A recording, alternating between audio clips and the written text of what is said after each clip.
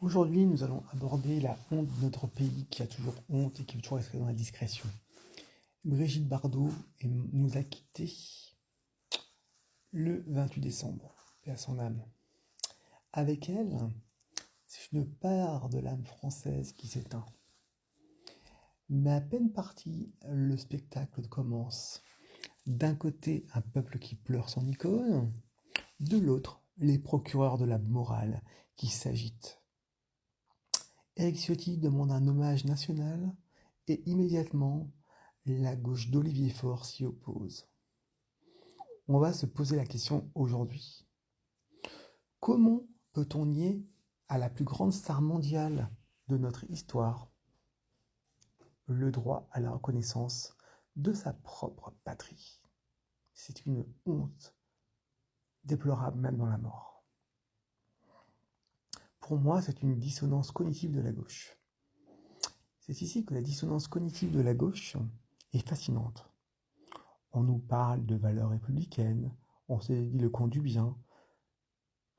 Pour bloquer cet hommage, pourtant on nous parle de valeurs républicaines. Pourtant, ces mêmes censeurs oublient que Brigitte Bardot a été le moteur de la libération de la femme dans les années 50 et 60.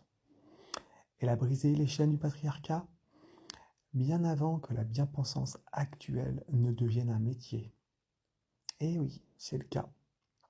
À l'époque, elle permettait aux femmes de s'assumer, d'être libres.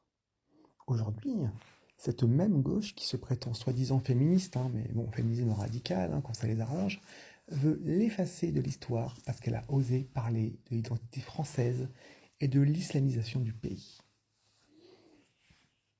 Voilà où nous en sommes. Liberté de ton versus tribunal moral. Alors oui, Brigitte Bardot a eu des mots durs.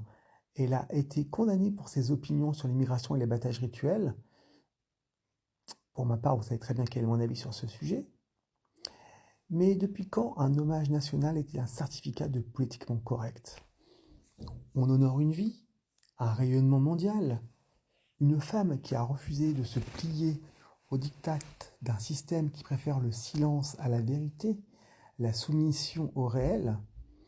La réalité, c'est que Brigitte Bardot dérange, parce qu'elle n'a jamais trahi son pays ni ses convictions, même face aux juges.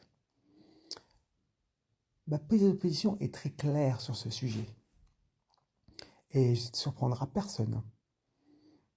Refuser cet hommage, c'est faire preuve d'une petite mentalité revancharde. C'est préférer la cancel culture à la grandeur de la France. Brigitte Bardot n'avait pas besoin de l'aval d'Olivier Faure pour entrer dans l'histoire. Elle y est déjà. Mais nous, en tant que nation, avons-nous encore le courage tout simplement d'honorer nos légendes sans trembler devant une minorité de censeurs?